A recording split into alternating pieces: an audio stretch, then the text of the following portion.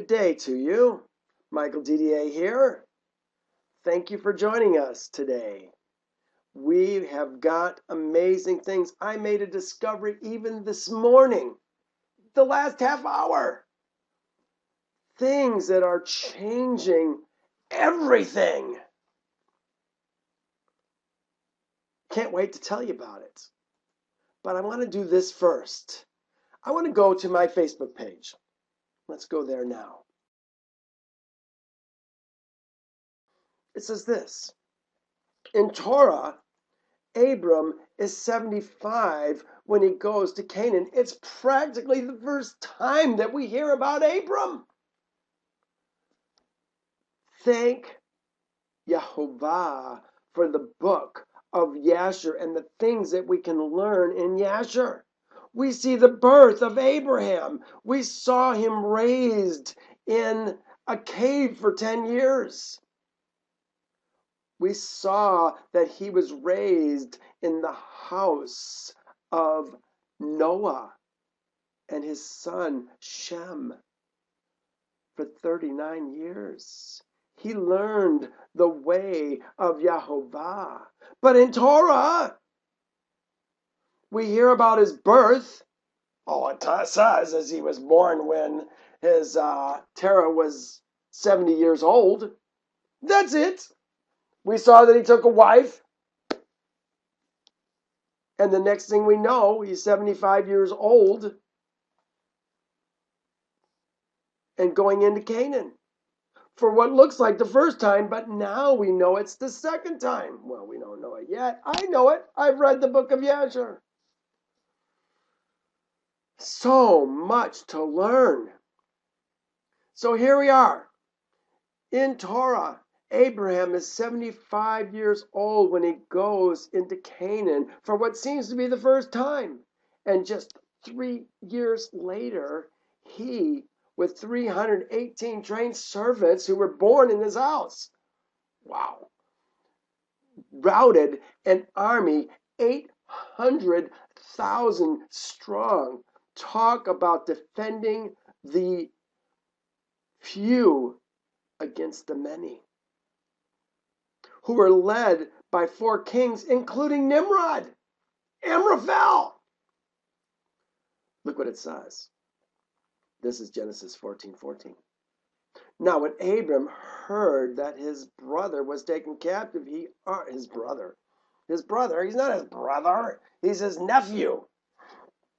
Taken captive, he armed his 318 trained servants who were born in his house and went in pursuit as far as Dan.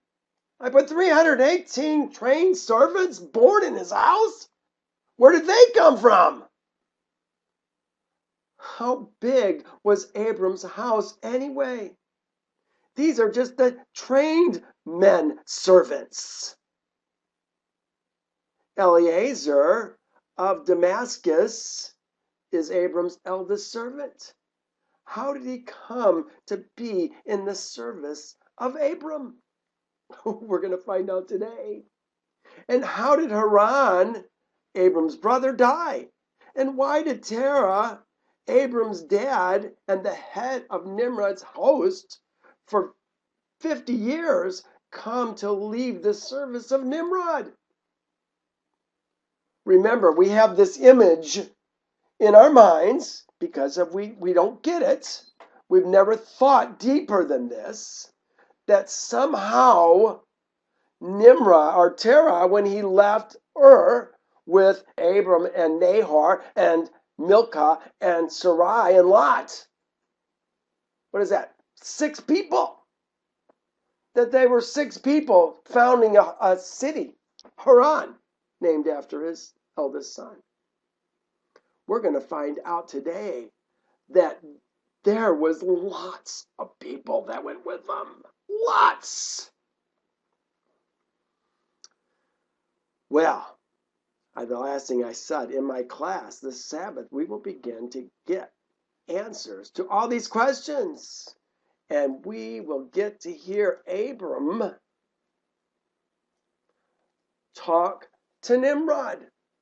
derogatorily known as Amraphel for the very first time. Oh, we have such amazing things to discover today. Are you excited? I'm excited. The things that I am finding. You know, I've been on this journey for a long time, and I'm still discovering things moment by moment. Let's look at a review of last week. Remember, we saw that Haran, Abram's eldest brother, bore 3 children, Lot, Milcah, and Sarai. When Sarai was born, Haran was 42 years old, and what does it say right here? It was the 10th year of the life of Abram. Sarai was born at the time that Abram came out of the cave that he had been hiding in for 10 years with his mother and his nurse, her wet nurse perhaps, or maidservant, nanny, and he went to the home of Noah and Shem. And it says he learned there the instructions, the Torah of Yehovah and his ways. You know, we think Torah started at Sinai. But does that make any sense when you consider that Yehovah does not change and his word endures forever? Did he have a different set of statutes, judgments, and ordinances for the antediluvian world than he does for ours? Does that even make sense? See, sometimes we got to engage our brains. We got to think deeper to get better understandings, don't we?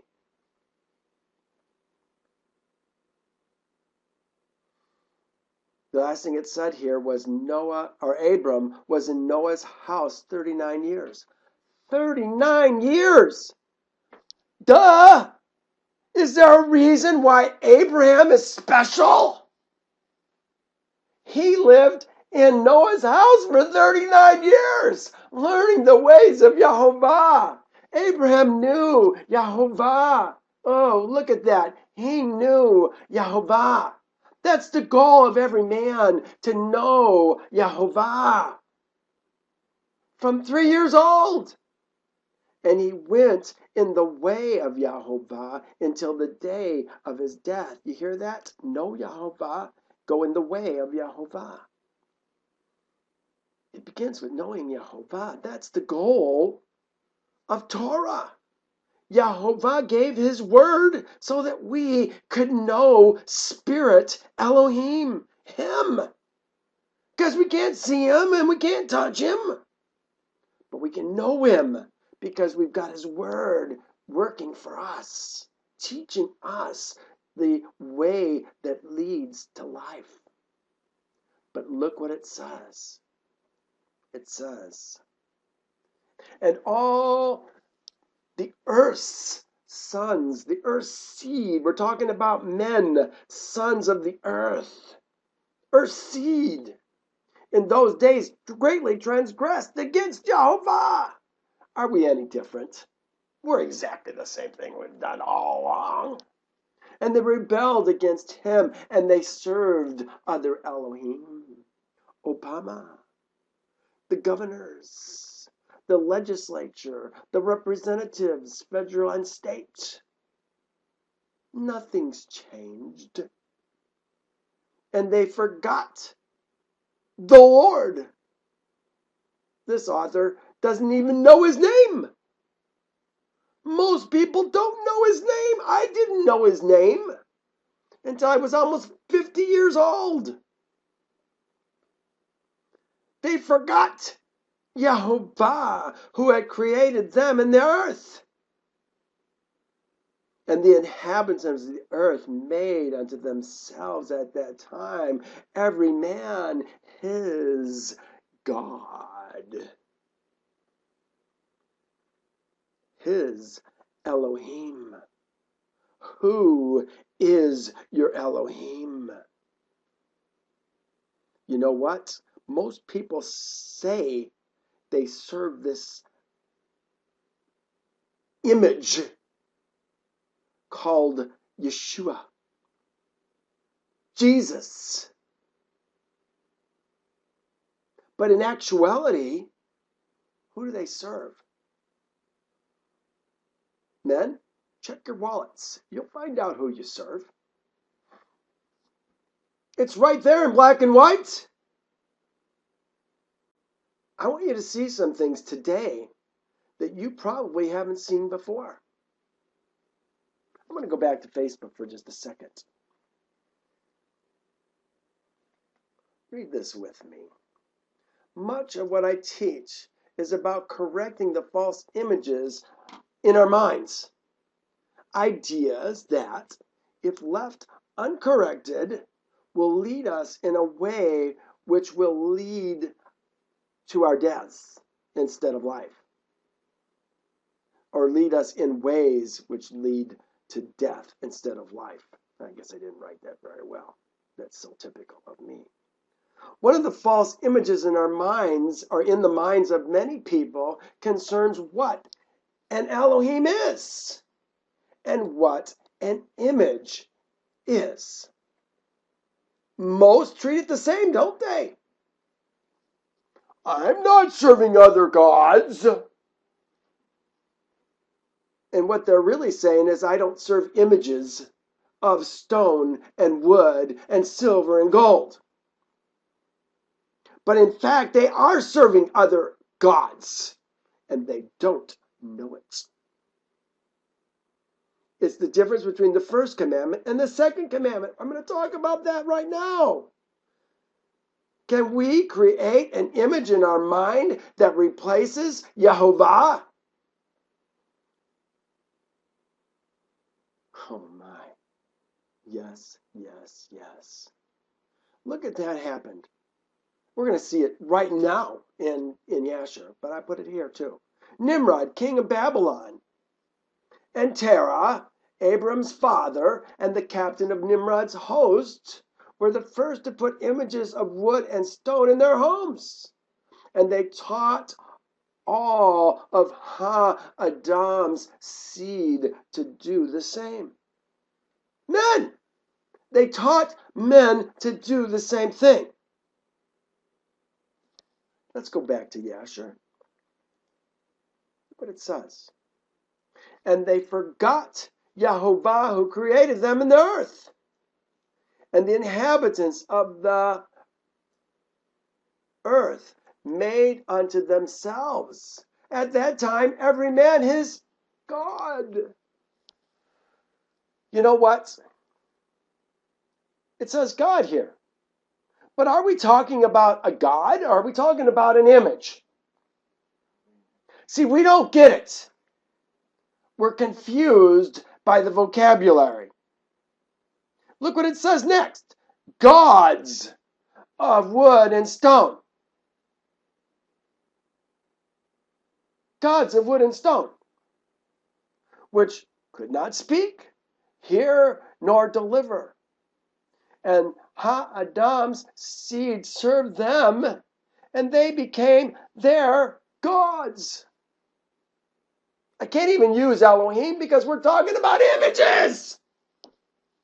Do the images tell you to do anything? Well, look at the very next verse. This is kind of a flashback. And the king, and all his servants, and Terah with all his household were then the first of those to serve gods of wood and stone. I suggested last week that these images are nothing but a distraction. created by the king and the head of his host, to make you think you're serving somebody else when in reality, you're serving the king. Think about that in light of our life here today. Who do you serve? Whose statutes, judgments, and ordinances do you follow?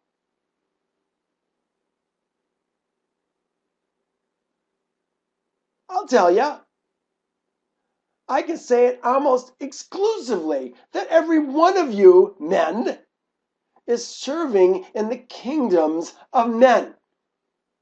Serving Obama, the legislature, the governors. You say you're serving Jesus. Oh, I see it on your blogs. Many of you. I love Jesus. I love Yeshua. He's the creator. Yeshua is not the creator. You learn lies. Yehovah is the creator of all things. Ooh, it makes me so angry.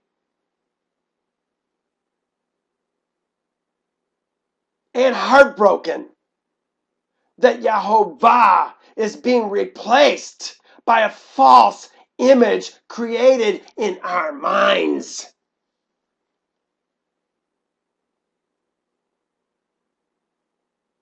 We have thrown out his word and we have replaced him with the modern day golden image, Yeshua, Jesus. And it's all a distraction by the kingdoms of this world, this Roman government, to make you think that you're serving another elohim when in fact you're serving them. You've been lied to. You have the pretense of serving Yeshua when in fact you're serving Obama, the governors, the elohim of this world.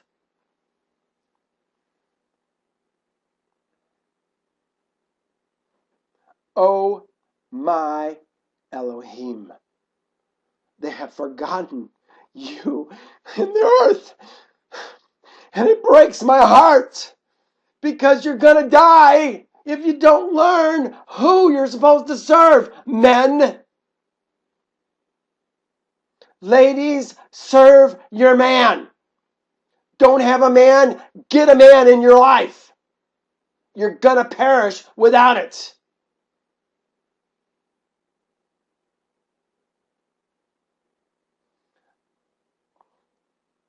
We've learned so many lies. We've been deceived. Well, take what I've said right now and put that in your memory banks for what we're going to talk about today and what Abram is going to tell Nimrod. You think I'm out of line? Am I treating your golden calf poorly? Oh, poor you.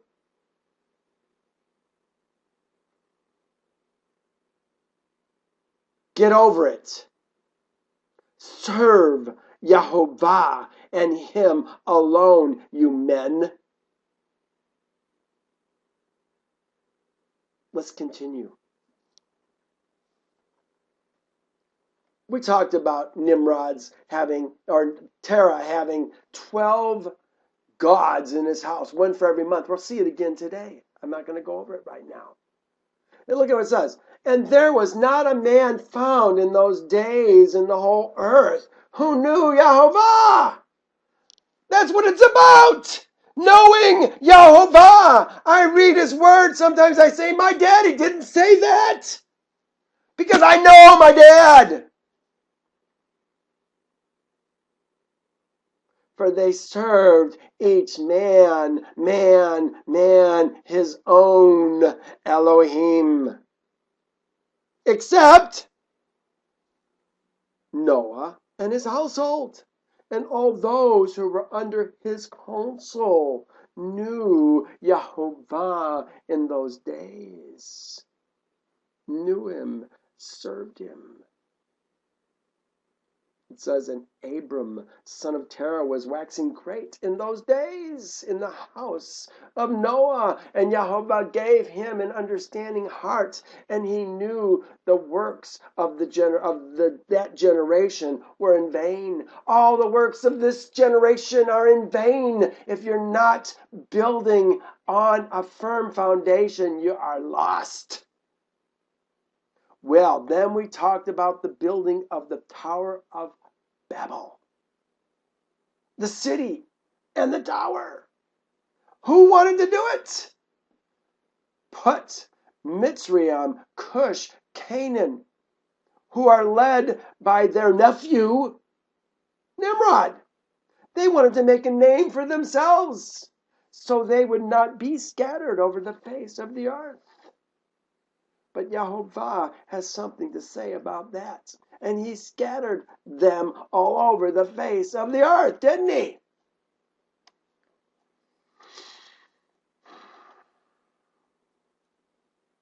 Well, we found out that the verse that says this, to Eber were born two sons. Here, let me put this a little higher so you can see it. To Eber were born two sons. The name of one was Peleg, for in his days the earth was divided. In his days the earth was divided. Everybody was alive in those days. Noah, Shem, Shalach, Eber, Terah. They're all alive. Abram, Haran. Why does it single out this man? Well, we found it singles out this man because he's the one who died when the towers went down, when Abram was 48 years old. Remember, he was in the home of Noah until he was 49 years old. Today, we're going to see him leave the house of Noah and find out where he goes. But this is so interesting because when Yehovah scattered everybody, remember the 70 nations, we talked about them in Genesis 10. We talked about the sons of Japheth, the sons of Ham, and the sons of Shem. They got scattered into four corners of the earth. The same four corners that Yehovah, even now in these very days, is raising up his seed, his spiritually born seed, men, in the earth. Where did he scatter them? Ooh, I learned some things this morning that are going to change the way I view this book, Yasher. It says, and the sons of men, Hadam's seed, built cities according to their families. Some of them built cities in places from which, and some of them built cities in places from which they were afterwards extirpated, destroyed. And they called these cities after their names, or the names of their children, their sons. They're not going to name them after their wives. They're naming them after their sons, or after a particular occurrence. Well, so we talked about where did Japheth's seed go. And I said last week that it appears to me that most of them went towards Europe. France, look at Franza.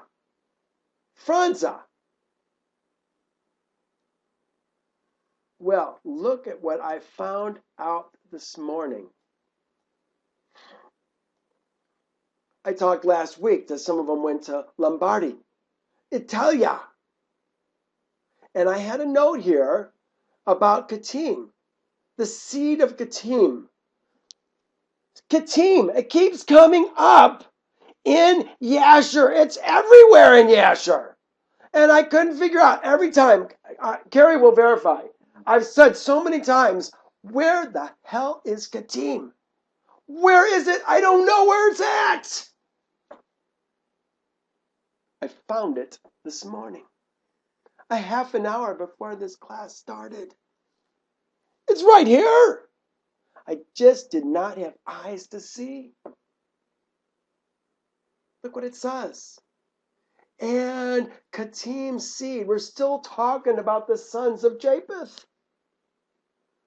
Kittim's seed are the Romim, who dwell in the valley of Canopia by the river Tabru. You have any idea where that might be? I've read this I don't even know how many times, but today it's sunk in. I always felt that this place was somewhere in North Africa, somewhere around Tunis. I was right, but I was wrong, because it's not in South Africa, it's in Italy. You know where it's at in Italy? Look what I found. What does it say? And Kittim's seed are the Romim, who dwell in the valley of Canopia by the river Tabru. Look at this. Here's the river Tiber. And it runs through a city well known. The city is called Rome. They are the Romim. Oh my goodness. The seed of Kittim. I'm going to have to read Yasher with a whole new outlook, because now I know that Kittim is Rome. Rome! That's what our whole world is based on right now!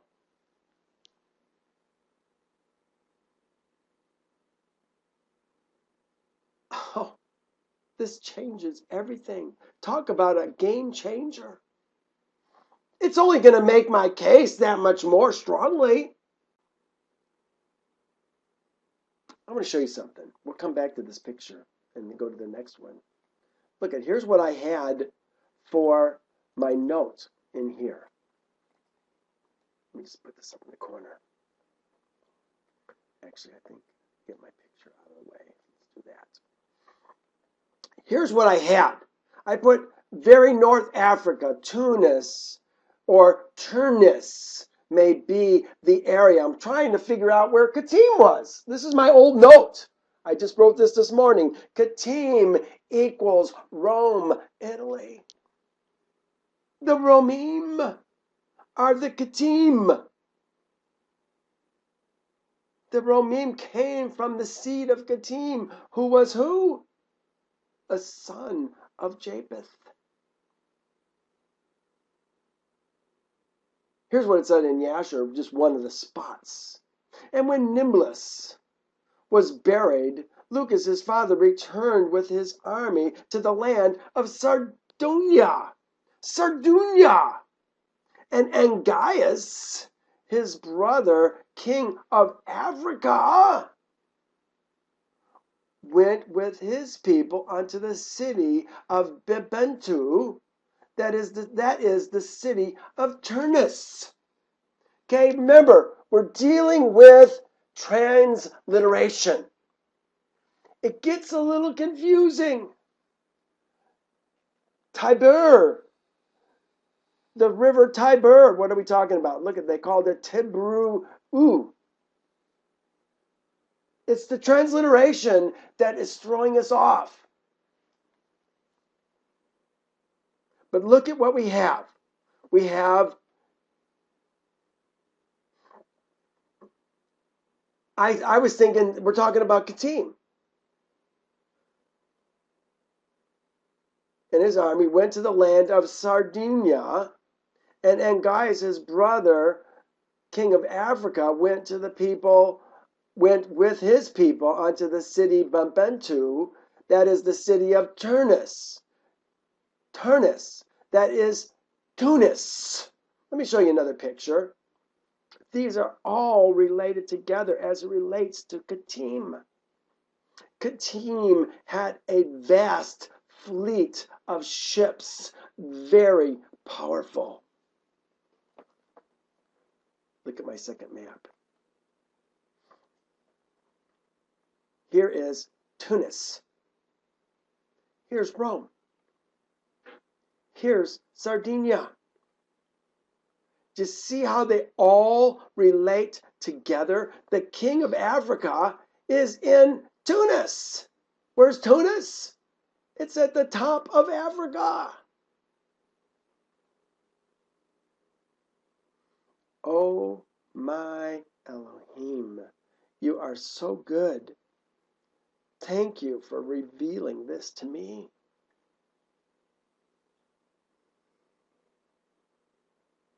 Well, like I say, this is a game changer for understanding more of Yasher. Let me continue because this is beginning to be a very long introduction. It's already half an hour. I'm almost done. So we talked about where these men went. Katim, Rome, son of Japheth. Then we talked about the sons of Ham, Cush, Mitzrayim, Put, Canaan. We saw Canaan, of course, went to the land of Canaan. Put, Mitzrayim were down in Egypt. Cush was up where Babylon is. He didn't leave Babylon. He stayed up in Babylon. Then we talked about some sons of Ham, 4 sons of Ham. They're the ones who founded Sodom, Gomorrah, Admah, and Zeboim. We talked about a son of Hivi, who was a son of Canaan, who had Seir. He founded the land of Seir. Is going to be the land that Esau is going to take from him after he makes a covenant with him. Then finally he just destroys him and his sons. Then we talked about Shem's sons briefly last week. We talked about Elam, Asher, and Aram. Where did they go? Remember, our fact is in the line that Abram's going to be in. But Elam, Asher, and Aram, let's take a look at those. Where did they go? Here they are. Here is Asher. This is where we get here, let me do this. Asher is where we get the people known as the Assyrians. They are Assyria. That's where Asher comes from. Asher. Elam. There's Elam right there. They stayed in this area. And Aram. Padam Aram is where Haran was founded. By who? Terah, Abram, Nahor. They founded Haran and named it after their brother, their dead brother. That is Aram. Well, so much to learn, so little time. What do I say? A lifetime is hardly enough. We just keep on learning, and it goes deeper and deeper and deeper as we get these new understandings. Talked about Asher being Nineveh, Rezin, Calah. We just saw that. Bela came from there. He was the one who founded the land of Zor. Remember, that was the 5th kingdom. Sodom, Gomorrah, Admon, Zeboim, and Bela, Zor. The city of Zor was founded by Bela, who was a son of Shem. Okay, well, that finishes it. We're going to pick up right here today. Sorry, that was a long discussion, I know, but man, I'll tell you, there's so many things for us to learn. And Nimrod, son of Cush, was still in the land of Shinar. And he reigned over it and dwelt there. And he built cities in the land of Shinar. And these are the names of the 4 cities he built. He called their names after the occurrences that happened to them in the building of the tower. He called the first Babel, saying, because Yehovah there confounded the languages of the whole earth. And the name of the second was Urach, because from there Elohim dispersed them. And Ekrad, saying there was a great battle in that place. And the fourth he called Kalna, because his princes and mighty men were consumed there, and they vexed Yehovah. They rebelled and transgressed against him. And when Nimrod had built these cities in the land of Shinar, he placed in them the remainder of his people, his princes, his mighty men, that were really who were left in his kingdom. And Nimrod dwelt in Babel. Is it possible that, well, I guess I can't even say that because Canaan's gone. He went to Canaan, didn't he? Mitzrayim and Put. They went to Egypt. So these must be sons, lesser men than that he's putting over some of these cities. Notwithstanding, Nimrod did not return to Yehovah, and he continued in his wickedness. Notwithstanding, okay?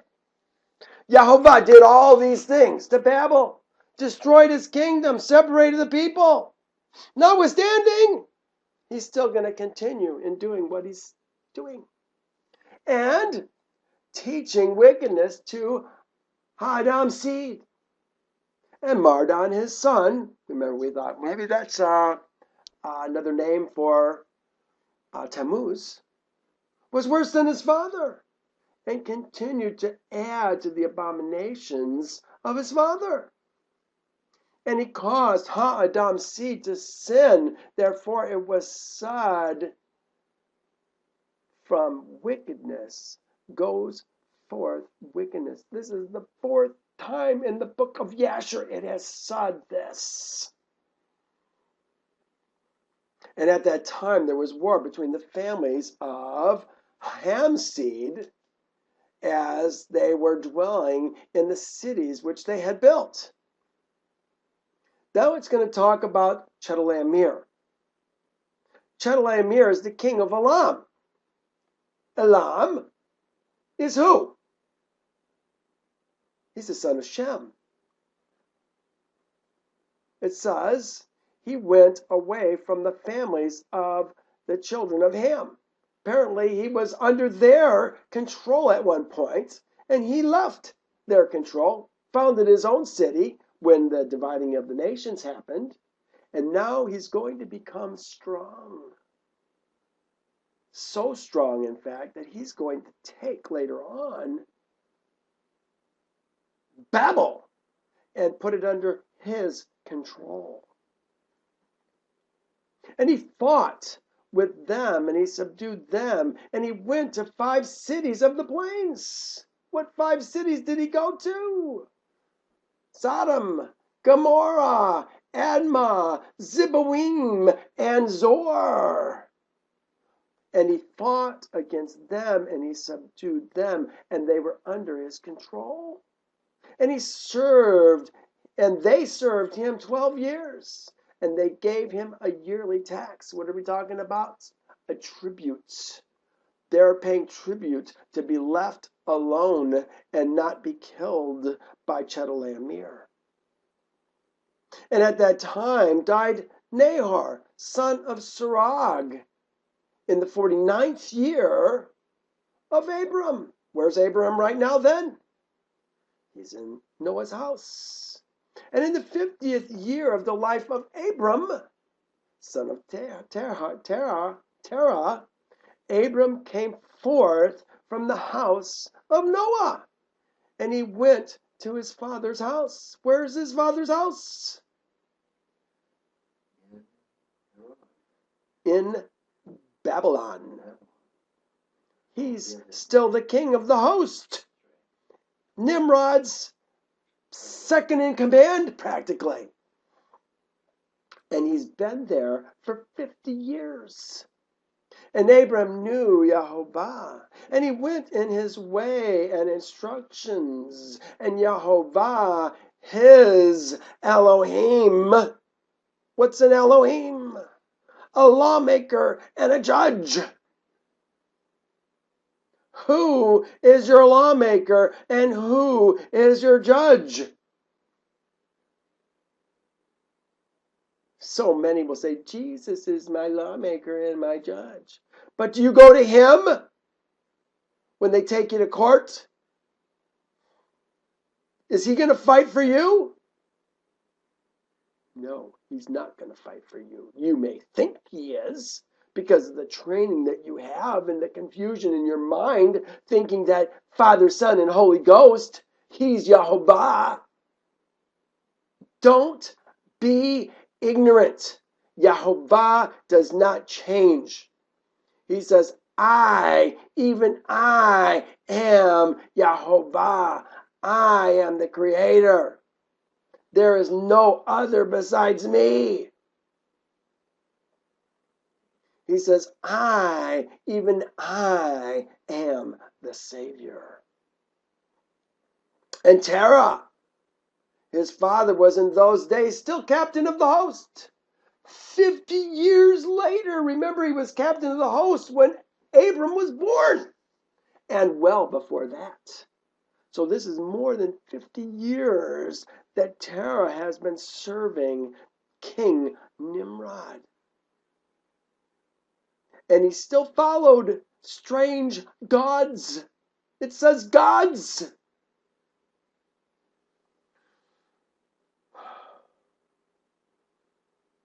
Oh, do I want to read this to you? I may never get through this today.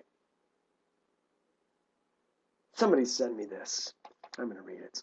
Oh, it's so long.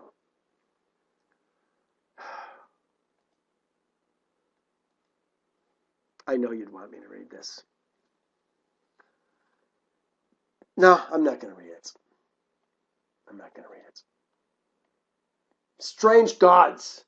Again, gods. Are we talking? Who's he talking about? They use this word gods, but then look what it says, verse 16. And Abram came to his father's house and saw there 12 gods standing in their temples. Each one of them had their own temple. And the anger of Abram was kindled when he saw these images in his father's house. Did he call them gods? He called them images, didn't he? I want you to see something. Let's go to Torah. I'm going to go to Exodus 20. It says, and Yehovah spoke all these words, saying, I am Yehovah, thy Elohim, who brought thee, he's talking to each Ezra man.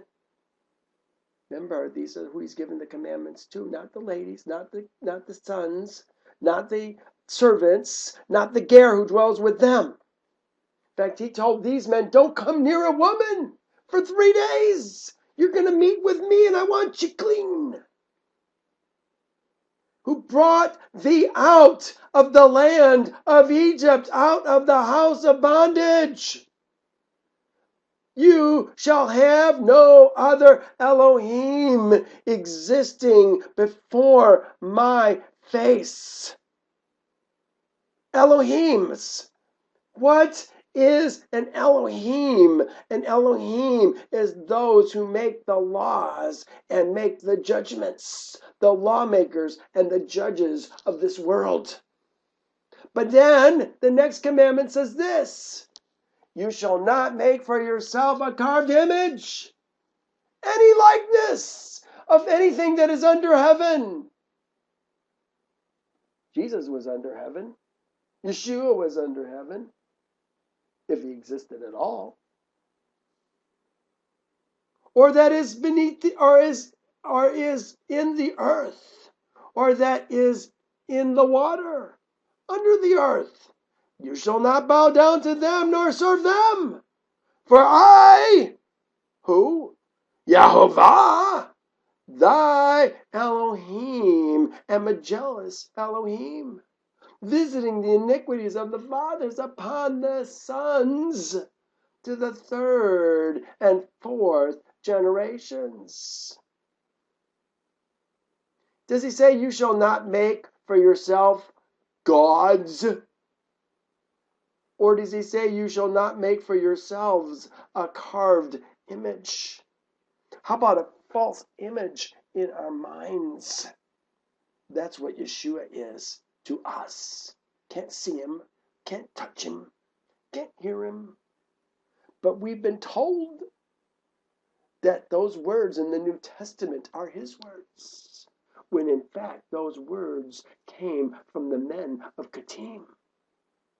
Rome, you've been lied to,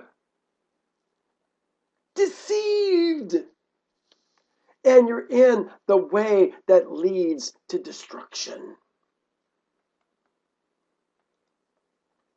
Oh, I know this is not a popular message. I don't care. I'm showing you what my Father's word says. And Abram came to his father's house and saw 12 images, gods, standing in their temples.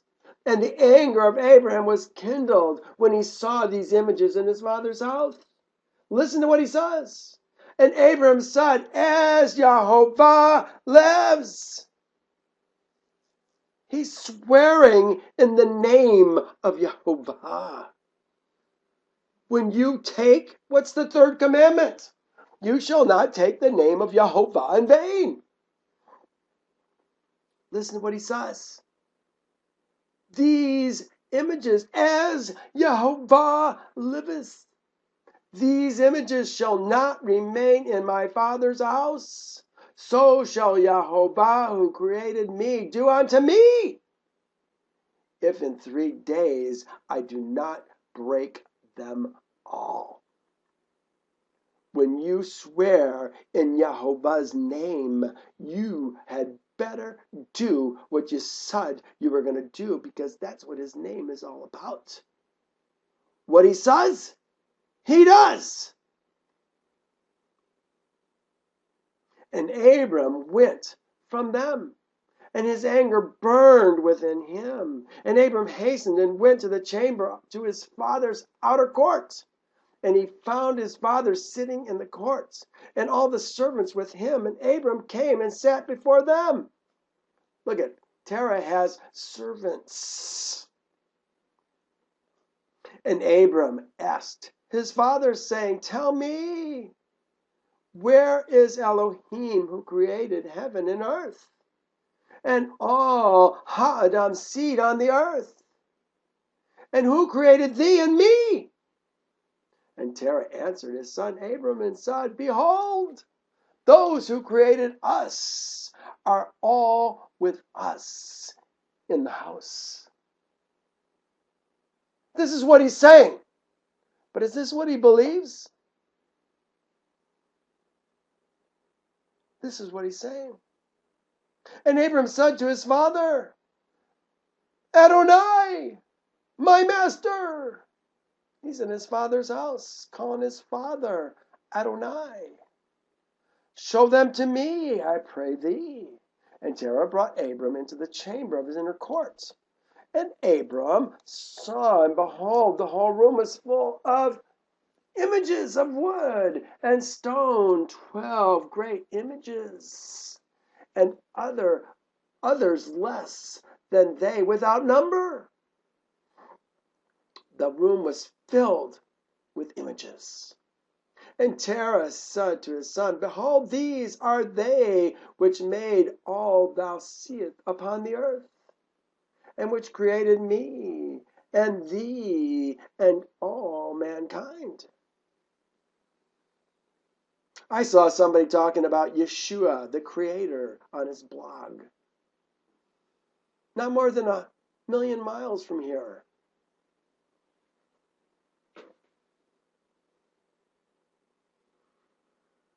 And Terah bowed down to his Elohim. And then he went away from them. And Abram, his son, went away with him.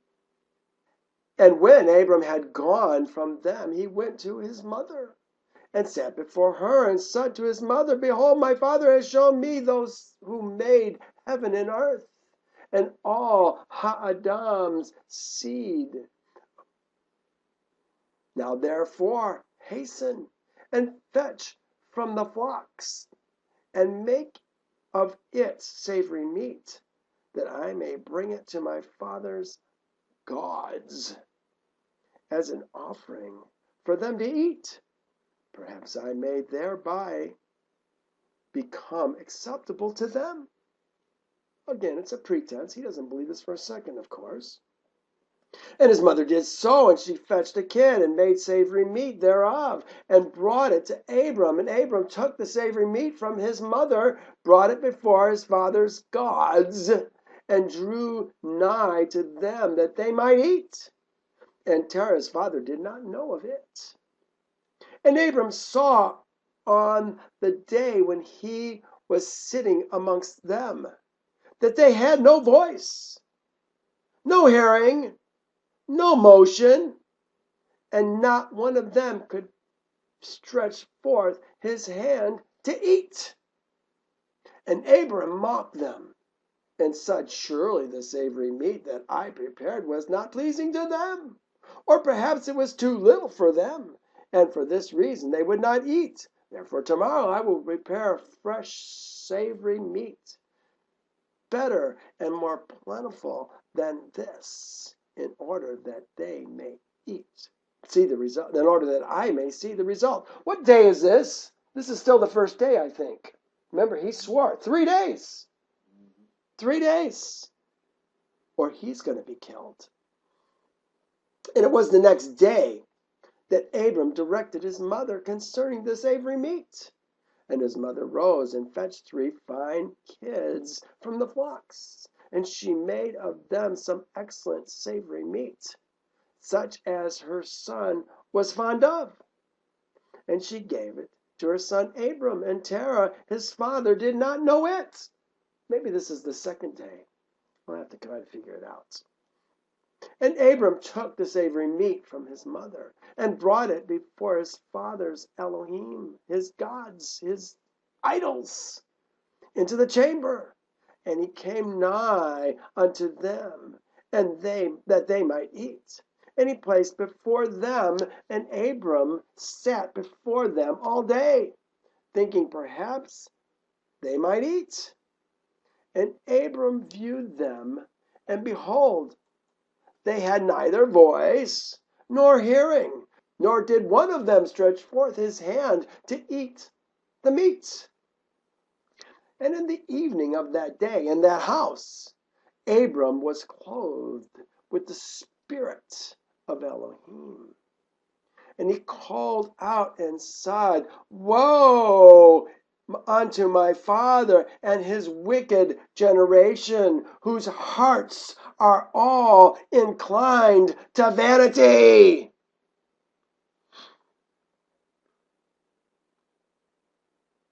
Serving Yeshua is vanity. Serving Yehovah and him alone is the way that leads to life.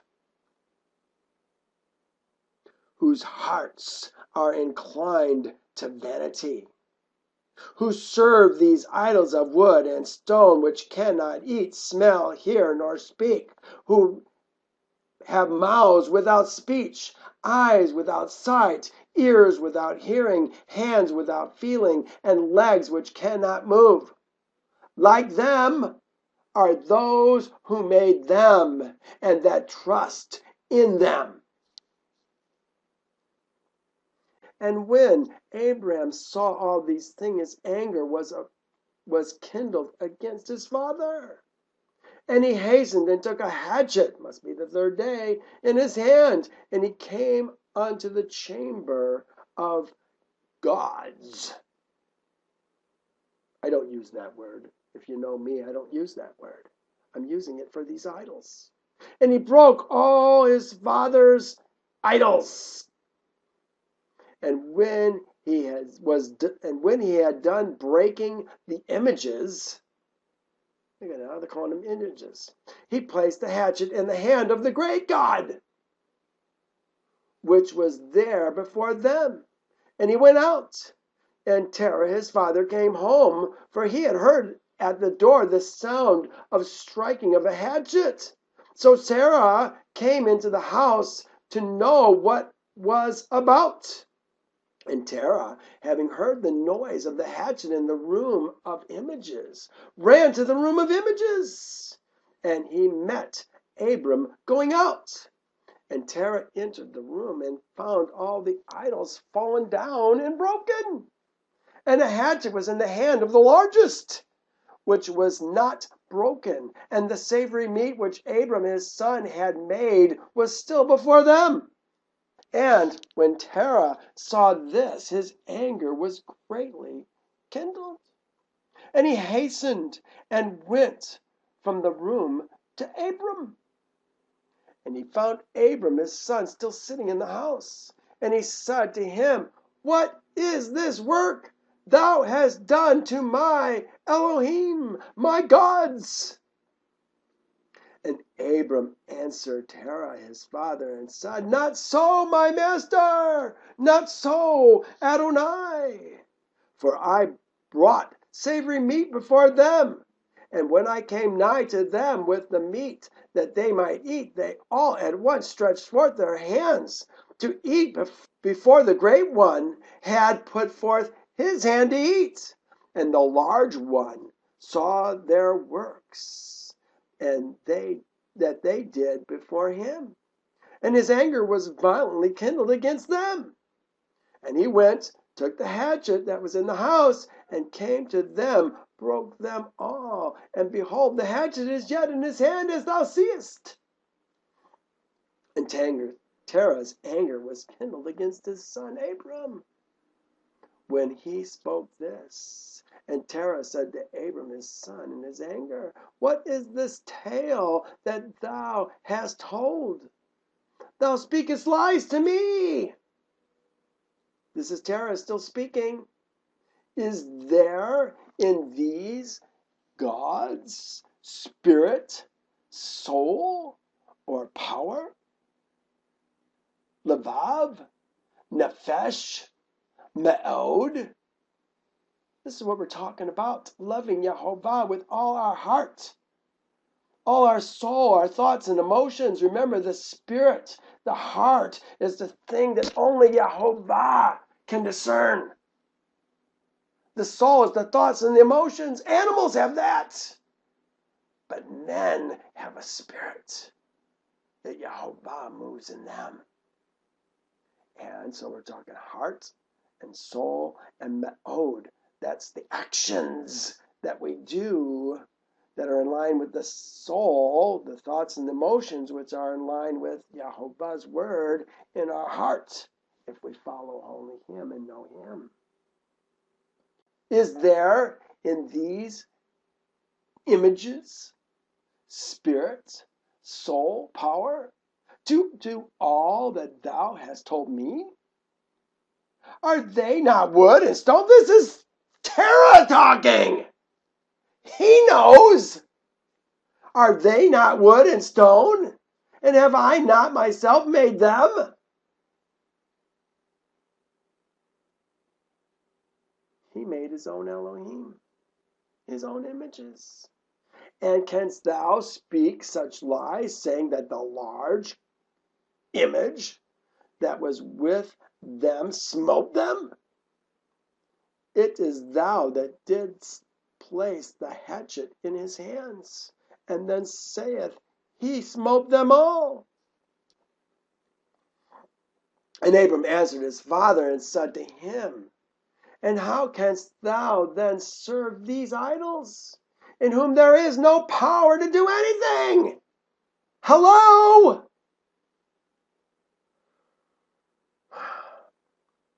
Man, we are so deceived making Yeshua, Jesus, Yehovah. You have learned lies, worthless and unprofitable things, vanity. No different than what Terah was doing with these elohim. Can those idols in which thou trustest deliver thee? Can they hear thy prayers when thou callest upon them? Can they deliver thee from the hands of thy enemies? Or will they fight thy battles for thee against thy enemies? That thou shouldst serve wood and stone, which cannot speak or hear? Hello, Papa? And now surely it is not good for thee, nor for the Ha'adam seed that are connected with thee, to do these things. Listen what he says. Are you so silly? He's talking to his dad.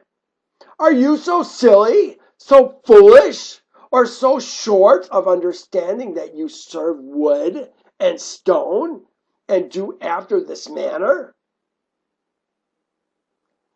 Do you think that Terah really knows who his Elohim is? Who's Terah's Elohim? Nimrod! That's his Elohim! He knows it! And look at what Abram now says. And forget Yehovah, Elohim, who made heaven and earth, who created you and the earth, and thereby bring a great evil upon your souls in this matter by serving stone and wood? Did not our fathers in days of old sin in this matter? Talking about the antediluvian world. And Yehovah, Elohim of the universe. Now he calls him Yehovah, Elohim of the universe. What was he just a minute ago? Wasn't he Yehovah, Elohim, who made heaven and earth? Now it's the universe. Brought the waters of the flood upon them and destroyed the whole earth. And how can you continue to do this and serve images of wood and stone who cannot hear or speak or deliver you from oppression, thereby bringing down the anger of the Elohim of the universe upon you? He's starting to use the definite article. Now therefore, my father, refrain from this, and bring not evil upon thy soul and the souls of thy household. Did you hear that? It's the man who brings destruction on the souls of his household. Not the household members, the man. And Abram hastened and sprang before his father and took the hatchet from his father's largest idol. And Abram broke it and ran away. 3 days' time. As Yehovah lives, he fulfilled his oath. And Terah, seeing all that Abram had done, hastened to go from his house. And he went to the king. And he came before Nimrod. Look at, here's Terah going to tell Nimrod what his son did. Does that even make sense? He hid from Nimrod that Abram was not the child that he killed 50 years before. Now he's going to go talk to Nimrod? What a dope! He's so confounded, so troubled by someone telling him that his Jesus is worthless, that he's now going to go talk to Nimrod. The righteous perishes, and no man takes it to heart. Merciful men are taken away, while none considers that the righteous is taken away from the evil. This is what Terah is doing right now, or Terah is doing right now. Trying to get the righteous taken away from the evil. He shall enter into peace. Who's the he? He's the righteous one. He shall enter into peace. They, the evil, shall rest in their beds, each one walking in his own uprightness, serving his own images.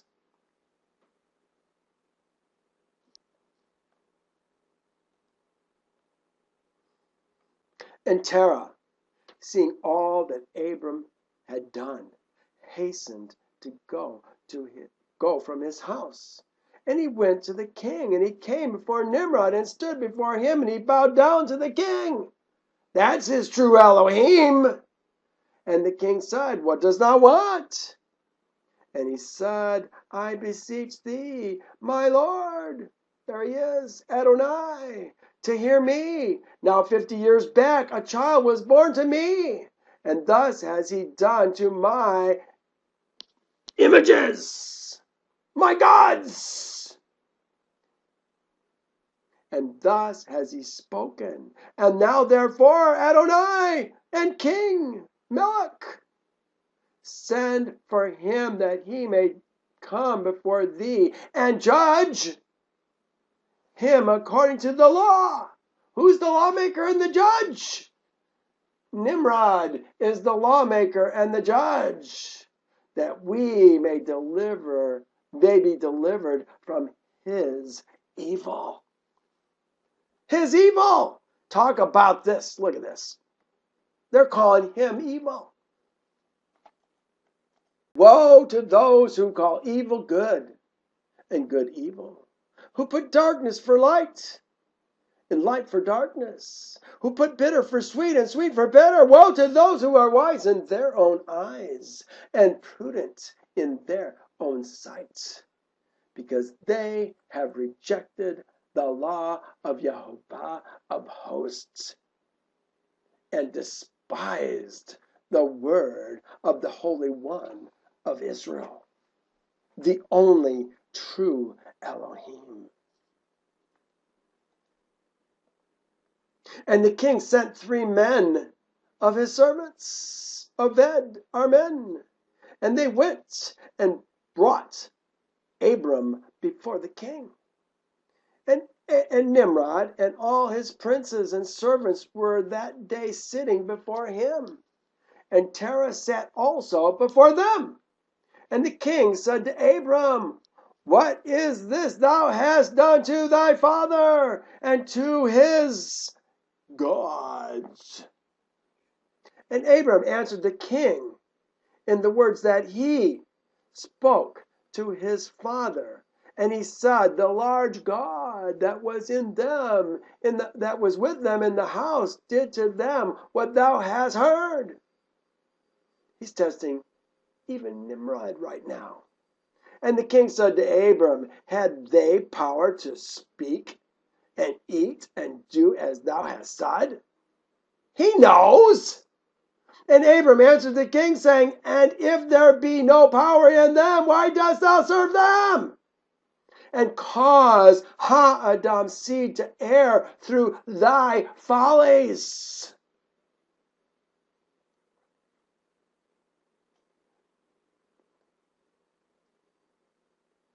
talk about the brass of Abraham. My goodness, he's talking to King Nimrod. Dost thou imagine that they can deliver thee or do anything small or great, that thou shouldst serve them? And why wilt thou not sense the elohim of the whole universe? He's using the definite article again.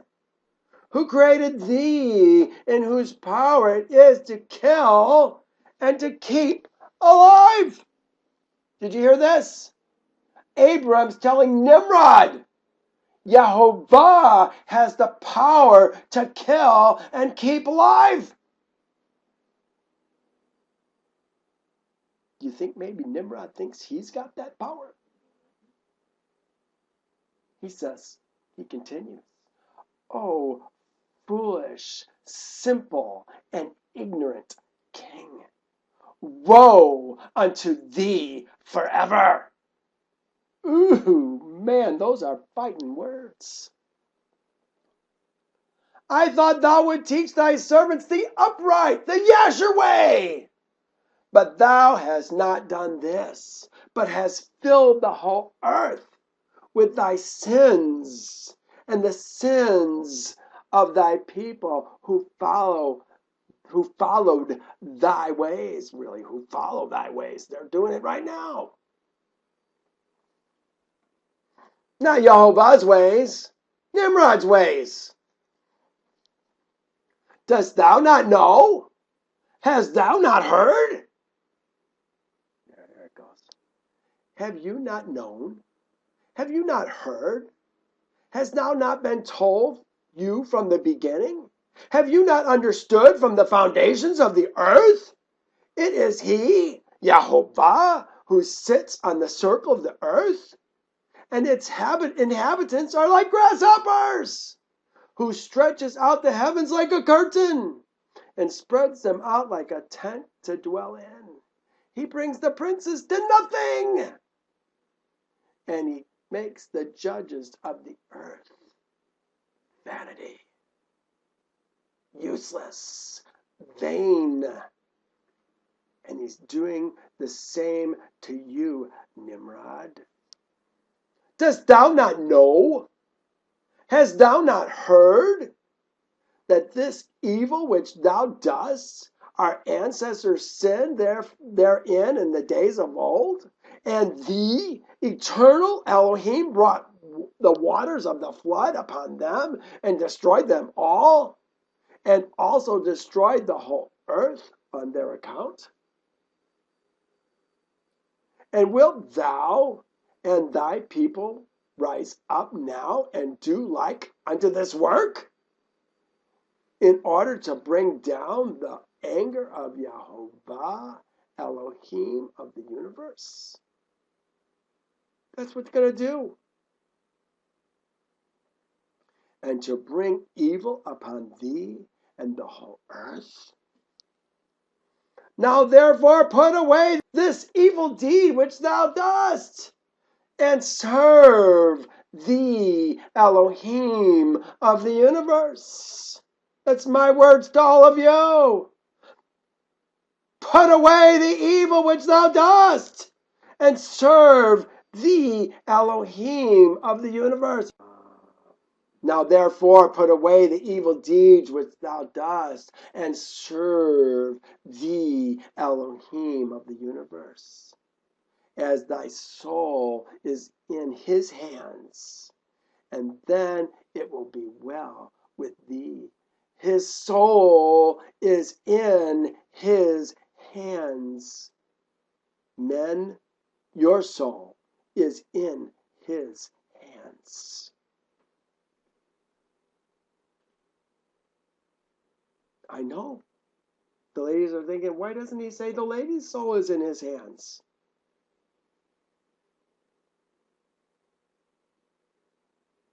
Because she's not.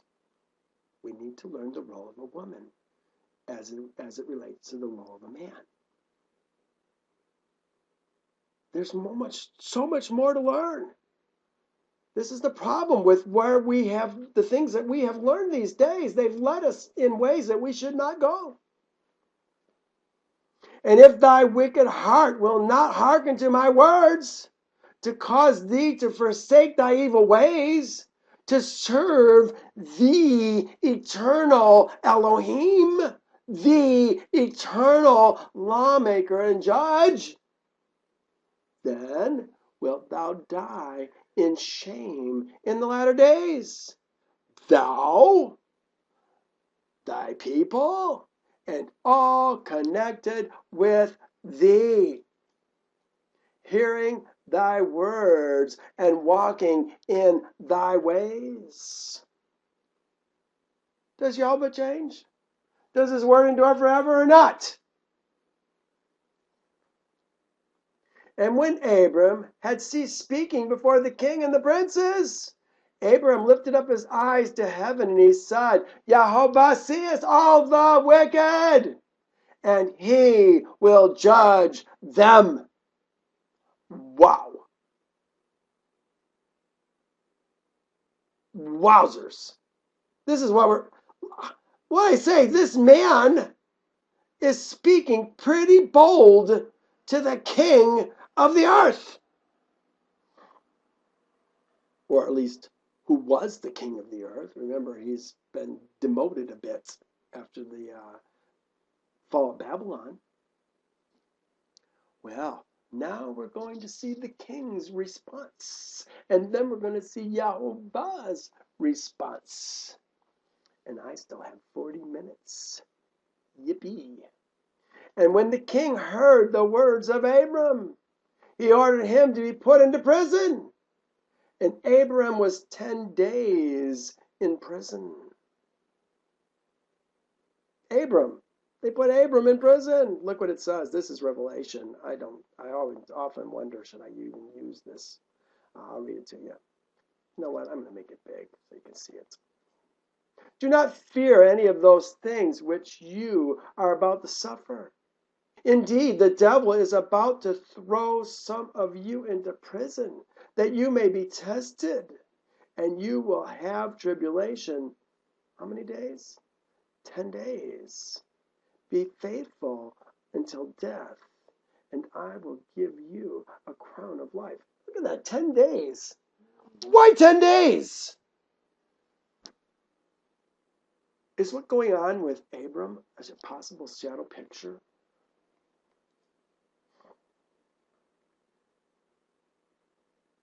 Man, I can't wait to be thrown in prison. I'm going to do a countdown. 10, 9, 8, 7. What's going to happen at 0? Wow. At the end of those days, the king ordered all the kings. Look at this. Look at what's happening. Oh my gosh. This is so neat. And at the end of those days, the king ordered that all the kings, princes, governors, the legislature, the senate, of different provinces and sages should come to him. And they sat before him, and Abram was in the house of confinement. And the king said to the princes and sages, have you heard what Abram, the son of Terah, has done to his father? Thus has he done to him, and I ordered him to be brought before me, and thus he has spoken. His heart did not misgive him. Misgive. You know what? Understanding this word is so important. Let me talk to you about this for a second. Let me finish this though. Did not misgive him, neither did he stir in my presence. He spoke boldly in my presence. The cad. And behold, now he's confined in prison. He did not misgive him. His heart did not misgive him. Look at what misgive means. This is really a cool word. Misgive. To fulfill with doubt. He had no doubt. To deprive of confidence. He had full confidence. To fail, usually applied to the heart. So does my heart misgive me? I did something, I feel badly about it. I said something, I feel badly about it. Abram did it. Abram spoke confidently and without doubt because he knows Yehovah and he knows who he serves. I can speak the same way because I know Yehovah. And therefore decide what judgment is due him, or what judgment is due to this man who reviled the king. Reviled the king. Oh, poor little king. And spoke and did all these things that you heard. And they all answered the king, saying, the man who revileth the king should hang upon a tree. I want to show you some things. But having done all these things that he said, and having despised our images, he must therefore be burned to death. For this is the law in this matter. Hanged on a tree. Here.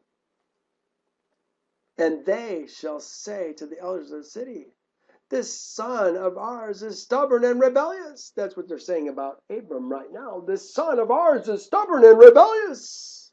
He will not obey our voice. He is a glutton and a drunkard. Then all the men of the city shall stone him to death with stones. So you shall put away from among you, and all Israel shall hear and fear. If a man has committed a sin deserving of death, and he shall be put to death, and you shall hang him on a tree.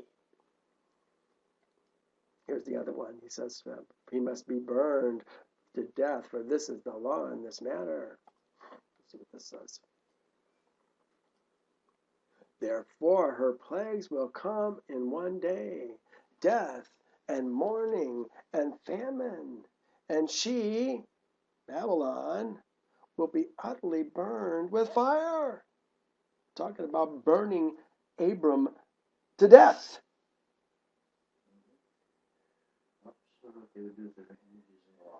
And she, Babylon, will be utterly burned with fire. For strong is Yehovah Elohim who judges her. What did he say to Pharaoh? He said, let my son go. Let my son, my firstborn, go that he may serve me. This is Abraham. Abraham's seed are all the Ezra men that Pharaoh was supposed to let go, whom he didn't want to let go. He says, or I will kill your son. So here is Pharaoh wanting to kill all of our sons, and all of his sons are the ones who are going to be killed. The fear of man brings a snare, but those who trust in Yehovah shall be safe. Many seek a ruler's favor, but justice for a man comes from Yehovah.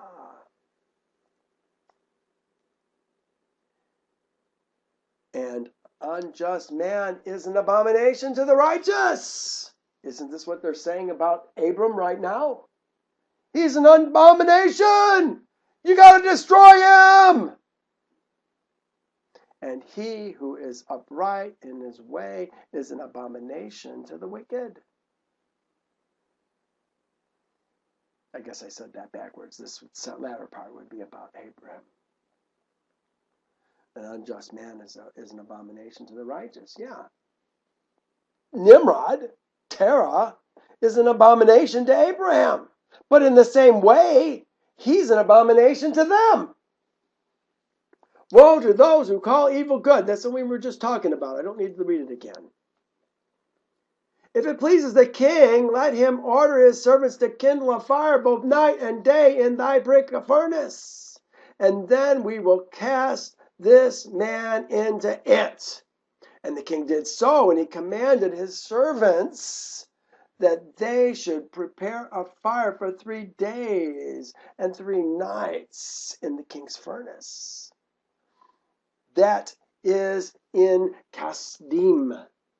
And the king ordered them to take Abram from prison and bring him out to be burned. And all the king's servants, listen to this, they're bringing him out. Now, who's going to be there? Who's going to be watching? And all the king's servants, princes, lords, governors, judges, and all the inhabitants of the land. All the inhabitants of the land. Are we talking about the lady inhabitants? No! We're talking about men. About 900,000 men stood opposite the furnace to see Abram. Look what it says now. And all the women and the little ones crowded upon the roofs and the towers to see what was doing with Abram. And they all stood together at a distance. And there was not a man left that did not come on that day to behold the scene. We're talking about worldwide television. Putting it into the last days. This is the picture of the last days in reverse. Who is the only one that survives the fire? Abraham's seed is going to be the only one that survives the fire. Everybody else is going to get burned. Burned alive. Talents of brimstone falling on their heads. And when Abram was come, the conjurers of the king, the sages, saw Abram, and they cried out to the king, saying, "O sovereign Lord, my master! Surely this is the man whom we know to have been the child at whose birth the great star swallowed the 4 stars, which we declared to the king now 50 years since." Terah already told the king that this was the kid. This is my son. But now it's starting to be put together. Watch what happens. And now his father has also transgressed thy commands, the head of your host, and has mocked thee by bringing thee another child which thou didst kill. And the king heard their words, and he was exceedingly wroth, and he ordered Terah to be brought to him. And the king said, "Hast thou heard what the conjurers have spoken? Now tell me truly, how didst thou? And if thou shalt speak truth, thou shalt be acquitted." Abram spoke truth. Was he acquitted? Does Terah speak truth? No, Terah is too afraid to speak the truth. He's going to lie. And seeing that the king's anger was so much kindled, Terah said to the king, "My master, Adonai and king, thou hast heard the truth, and what the sages have spoken is right." Well, he's telling a partial truth, isn't he? And the king said, "How couldst thou do this thing? To transgress my orders and give me a child that thou didst not beget, and take value for him." So now he says, the child that thou did not beget. Well, he did beget the child. And Terah answered the king, saying, "Because my tender feelings were excited for my son at that time, and I took a son of my handmaid, and I brought him to the king." And the king said, "Who advised thee to this? Tell me, do not hide aught from me, and thou shalt not die." Well, now he's going to lie, because it was his idea. And Terah was greatly terrified in the king's presence. And he said to the king, "It was Haran, my eldest son, who advised me to do this." And Haran was in those days that Abram was born. 32 years old. Remember, Haran was 32 years old. We've seen it before.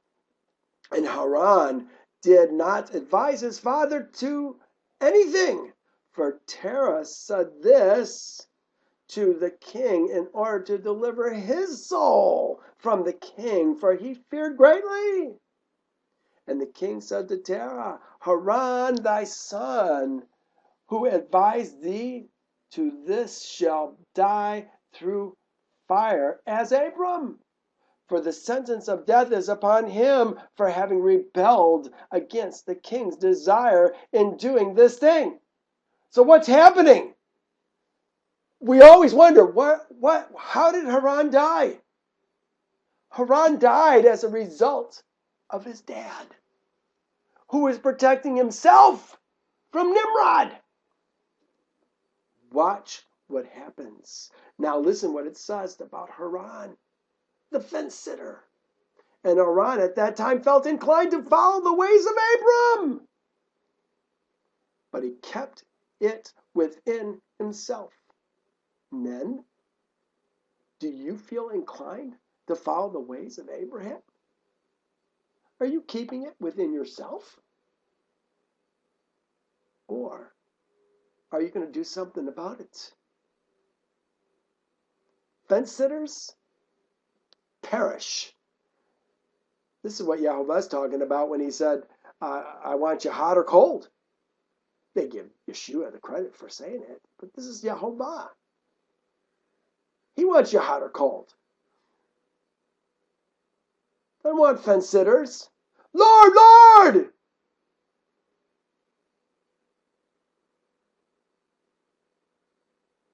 They don't know his name. And Haran at that time felt inclined to follow the ways of Abram, but he kept it within himself. Listen to what he says. And Haran said in his heart, this is what he's saying, in his heart, behold, now the king has seized Abraham on account of these things which Abraham did. And it shall come to pass, if Abram prevail over the king, I will follow him. What does he want? He wants a sign. But if the king prevail, I will go after the king. This is what everybody's going to do in the last days. They got a chance to go out into the wilderness, but they're not going to do it because they're afraid of the king. They got a chance to leave right now the kingdom of their birth and become Yehovah's seed at Passover. But they won't do it. Why? Because they're afraid of the king. And when Terah had spoken this to the king concerning Haran, his son, the king ordered Haran to be seized with Abram. Oh my gosh, do you think Terah is going to have a misgiven heart for what he has done? What have I done? We're going to see it's going to change him forever. After this episode, Terah is going to be a new man. He's going to leave the king's service with all of his household, all of his servants, all of his wealth. He's going to leave the city because of this right here. And they brought them both, Abram and Haran his brother, to cast them into the fire. And all the inhabitants of the land, remember, everybody's watching. And the king's servants and princes and all the women and the little ones. Whoa, they're not considered the inhabitants of the land? No. We're standing that day before them. And the king's servants took Abram and his brother, and they stripped them of all their clothes, excepting their lower garments, kept their whitey-tighties, which were upon them. And they bound their hands and feet with linen cords. And the servants of the king lifted them up and cast them both into the furnace. Oh my goodness, did you ever know this happened to Abraham? And Yehovah loved Abram and had compassion over him. And Yehovah came down and delivered Abram from the fire. And he was not burned. 3, 1 and 2. But now, thus says Yehovah, who created you, O Jacob, and who formed you, O Israel. Fear not, for I have redeemed you. I have called you by your name. You are mine. When you pass through the waters, I will be with you. And through the rivers, they shall not overflow you. When you walk through the fire, you shall not be burned, for nor shall flame scorch you. And the cords with which they bound him were burned, while Abraham remained and walked in the fire. And Haran died when they had cast him into the fire, and he was burned to ashes. What does it say? For his heart, his levav, his heart was not perfect before Yehovah. Haran had a misgiven heart. And those men who cast him into the fire, the flame of the fire spread over them, and they were burned, and 12 men of them died. And Abram walked in the midst of the fire 3 days and 3 nights.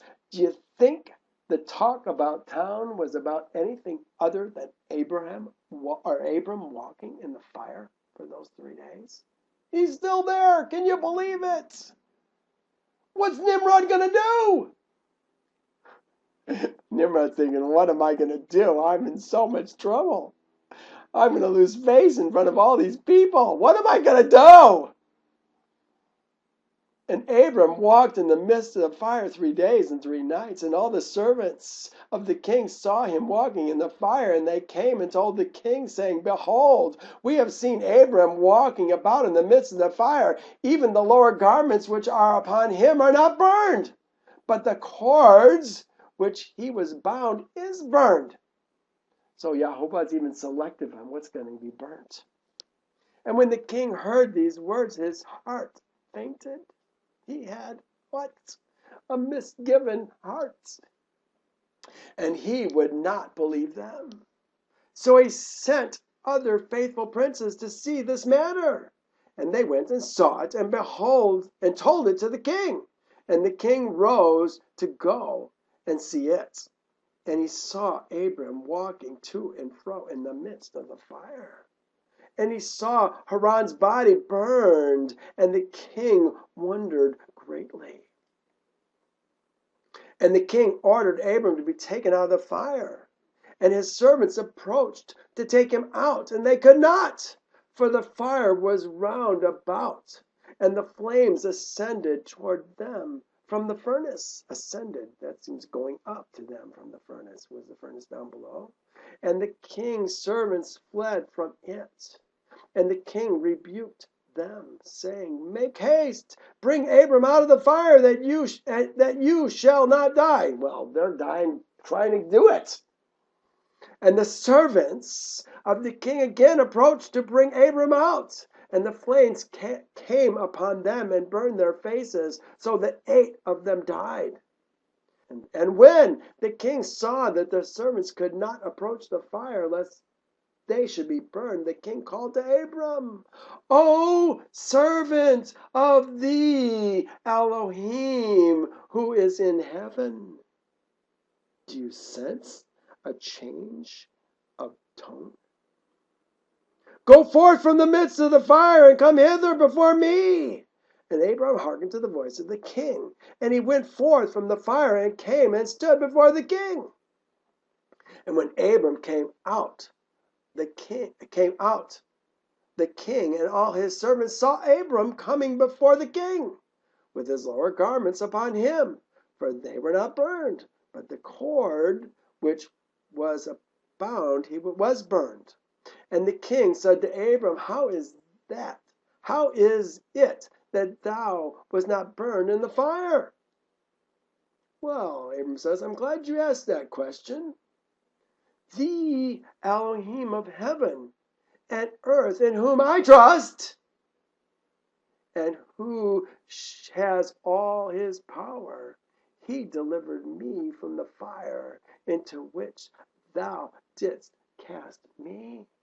He has the power of life and death, not you, Nimrod. And Haran, the brother of Abram, was burned to ashes, and they sought his body, and they found it consumed. And Haran was 82 years old when he died in the fire of Kasdim. And the king, princes, and inhabitants of land, seeing that Abram was delivered from the fire, they came and bowed down to Abram. Oh my goodness! These are the servants' men bowing down to Abram. And Abram said to them, do not bow down to me, but bow down to the Elohim of the world, who made you, and serve him, and go in his way, for it is he who delivered me from out of this fire, and it is he who created the souls and the spirits of all men, and formed man in his mother's womb, and brought him forth into the world. And it is he who will deliver those who trust in him from all pain. Not about the woman. Remember, Naaman did not make it onto the ark and into the world we know because she walked with Elohim. She made it because her man walked with Elohim. And this seemed very wonderful in the eyes of the king and princes that Abram was saved from the fire and that Haran was burned. And the king gave Abram many presents. The king is giving Abram presents. And he gave him his two head servants from the king's house. The name of one was Onai, and the name of the other was who? Eliezer. Abram's eldest servant. Now we know the rest of the story. And all the king's princes and servants gave Abram many gifts of silver and gold and pearl. And the king and his princes sent him away, and he went in peace. Now watch this.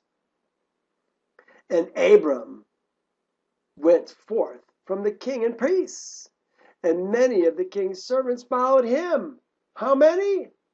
About 300 men joined him. If the men join him, what do you think happens to the men's, women, and children and servants? Are you starting to get a better picture of what it was like when Terah, probably one of the wealthiest men in Babylon, and Abram, set apart by Yehovah in the sight of everybody in the land, left that kingdom? Are we still talking about 6 guys? 3 men? No, 4 men and 2 women? Or are we talking about perhaps even 1,000 people at that time? Puts a whole new spin on it, doesn't it? Getting ready to start a new city called Haran. Well, I'm running out of time, so I better hurry. And Abram returned on that day and went to his father's house. He and all the men that followed him, 300 of them. And Abram served Yehovah as Elohim all the days of his life, and he walked in his ways and followed his laws, not Nimrod's. And from that day forward, Abram inclined the hearts of Adam's seed to serve Yehovah, not Nimrod.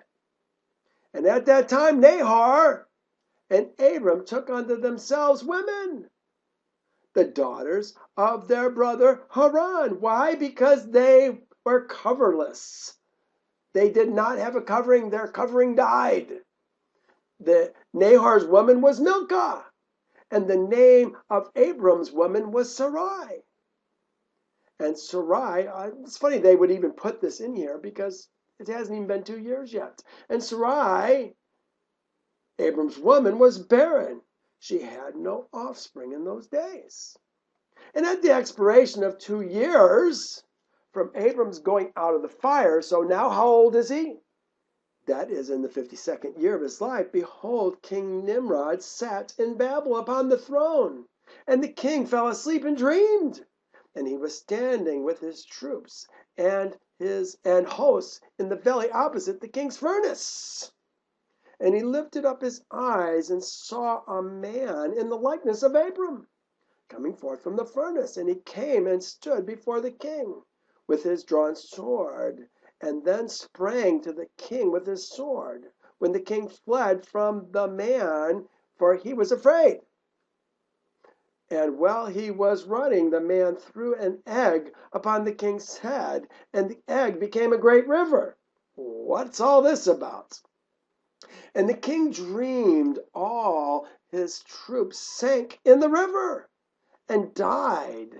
And the king took flight with 3 men who were before him. The king took flight with 3 men who were before him, and he escaped.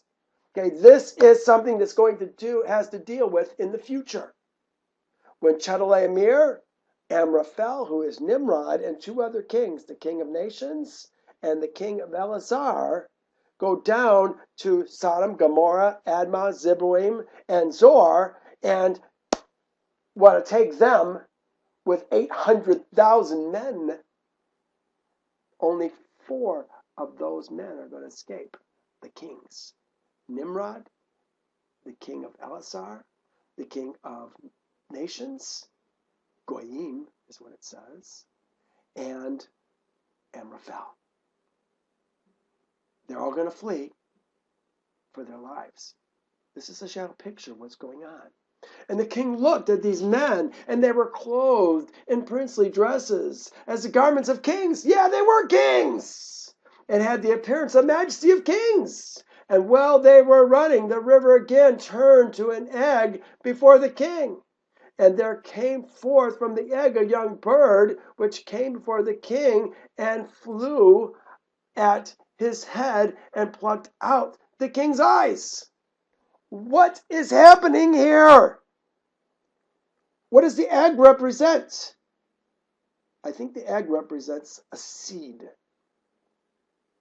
because it's going to be a seed that's going to be the death, a seed of Abraham, that is going to be the death of Nimrod in the future. It's going to be Esau who is going to kill Nimrod. And the king was grieved at the sight, and he awoke out of his sleep, and his spirit was agitated, and he felt great terror. Yeah. And in the morning the king rose from his couch in fear, from his bed. And he ordered all the wise men and the magicians to come before him. And when the king related his dream to them, come before him when the king related his dream to them. Sometimes their sentences are as bad as my reading. And a wise servant of the king, whose name was Anuki, answered the king, saying, "This is nothing else but the evil of Abraham and his seed," there it is, the seed, the egg, "which will spring up against my Lord Adonai and king in the latter days." Whose latter days? The king's latter days. "And behold, the day will come when Abram and his seed and the sons of his household will war with my king, and they will smite all the king's hosts and his troops." It's going to happen, and it did happen. And And as to what thou hast said concerning the 3 men which thou didst see like unto thyself, and which did escape, this means that only thou wilt escape with 3 kings from the kings of the earth. Yes, the kings of Adamah, who will be with thee in the battle. Let me just read it. These great beasts, which are 4 kings which arise out of the earth. Now we're talking about kings of the earth. But the saints of the Most High, this is Abraham's seed, shall receive the kingdom and possess the kingdom forever, even forever and ever. Oh my goodness, it all comes together when you get the right picture in your mind. And that which thou seest of the river, which turned to an egg, and at first the young bird plucking out thy eye, this means nothing else but the seed of Abram, which will slay the king in the latter days. There it is. Who slayed the king? Esau. The very day that he gave his birthright away to Jacob, because he had gotten the garments that came down from Adam and his woman, and now he had dreams of grandeur, of ruling the earth. Why do I need a birthright? I'm going to rule the whole earth. That's what he thought. This is my king's dream, and this is the interpretation. Pretty interesting interpretation, Nuki, or Anuki. And the dream is true, and the interpretation which thy servant has given is right. Now therefore, my king, surely thou knowest that it is now 52 years since thy sages saw this at the birth of Abram. Well, I don't need to read you that. And if my king will suffer Abram to live in the earth, it will be to the injury of Adonai and king, my master and king. For all the days that Abraham liveth, neither thou nor thy kingdom will be established. This is what the New World Order thinks is going to happen. For this was known formerly at thy birth. And why will not my king slay him, that his evil may be kept from thee in latter days? Kill him now, so he doesn't have any seed. Well, he tried to kill him once already, didn't he? And Nimrod hearkened to the voice of Anuki, and he sent some of his servants in secret to go seize Abram and bring him before the king to suffer death. And Eliezer, Abram's servant, whom the king had given him, was at that time in the presence of the king. And he heard what Anuki had advised the king, and what the king had said to cause Abram's death. And Eliezer said to Abram, Hasten, rise up, and save thy soul, that thou mayst not die through the hands of the king. For thus did he see a dream concerning thee, and thus did Anuki interpret it. And thus also did Anuki advise the king concerning thee. And Abram hearkened to the voice of Eliezer. And Abram hearkened and ran for safety to the house of Noah and his son Shem. And he concealed himself there and found a place of safety. I don't think that everybody knew where Noah lived. They don't know where I live either. I keep my address private. I don't want people to know where my person is at. You want to reach me? You can reach me by phone. But it's a magic jack. Doesn't tell you where I live. You can go to my mailbox, but my mailbox doesn't have my address on it. I live privately. And the king's servants came to Abram's house to seek him, but they could not find him. And they searched throughout the country, and he could not be found. And they went and searched in every direction, and he was not met with. Couldn't find him. And when the king's servants could not find Abram, they returned to the king. But the king, angered against Abram, was stilled, as they did not find him. And the king drove from his mind this matter concerning Abram. And Abram was concealed in Noah's house for 1 month, until the king had forgotten this matter. But Abram was still afraid of the king, and Terah came to see Abram his son secretly in the house of Noah. See, Terah now is having a change of heart. If he knows where Abram is at, and he's not telling the king, is there a change of heart? Remember, he's the one who ratted on Noah first. Remember? Now he's got more fear of Yehovah than he does of the king, because he's starting to see some things. Terah came to see Abram his son secretly in the house of Noah, and Terah was very great in the eyes of the king. And Abram said to his father, "Dost thou not know that the king thinks to slay me, to annihilate my name from the earth, and by the advice of his wicked counselors? Now whom hast thou here? And what hast thou in this land?" He's talking to his dad. "Arise, let us go from the land. Let us go together to the land of Canaan, that we may be delivered from his hand, lest thou perish also through him in the latter days." If you continue to follow Nimrod, the Nimrod and the kingdoms of men, you're going to perish in the latter days. He's talking to everybody. "Dost thou not know?"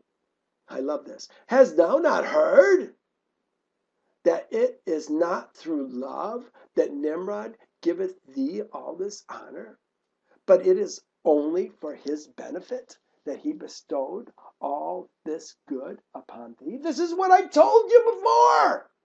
By choosing a man of Shem to lead his host, he gets the Shemites to follow him.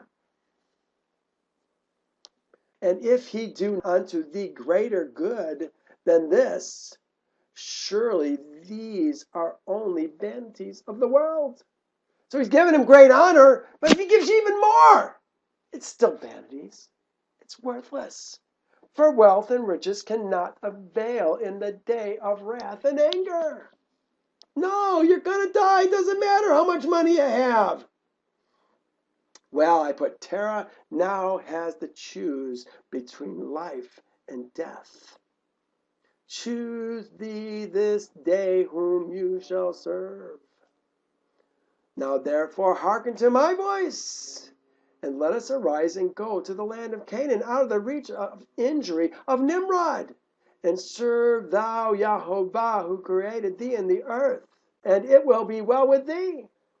And cast away all the vain things which thou pursuest." Good words for all men today. And Abram ceased to speak when Noah and his son Shem answered Terah, saying, "True is the word which Abram has said unto thee." This is Noah and Shem saying that true is the word that Abram spoke to his dad. And Terah hearkened to the voice of his son Abram. And Terah did all that Abram said, for this was from Yehovah, that the king should not cause Abram's death. Well, now you know the rest of the story. Oh, we have so much to look forward to in the future. We still have probably a couple weeks to go before we go back to Genesis 12. There's so much that has gone on in Abram's life that we have not seen. But now that we see it, it makes so many things make sense. Well, thank you for joining me.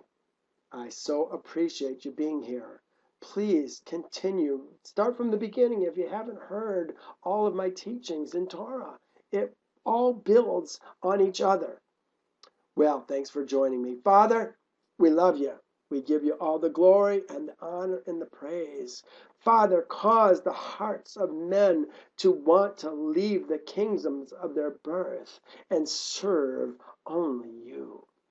We love you so much. Bye now.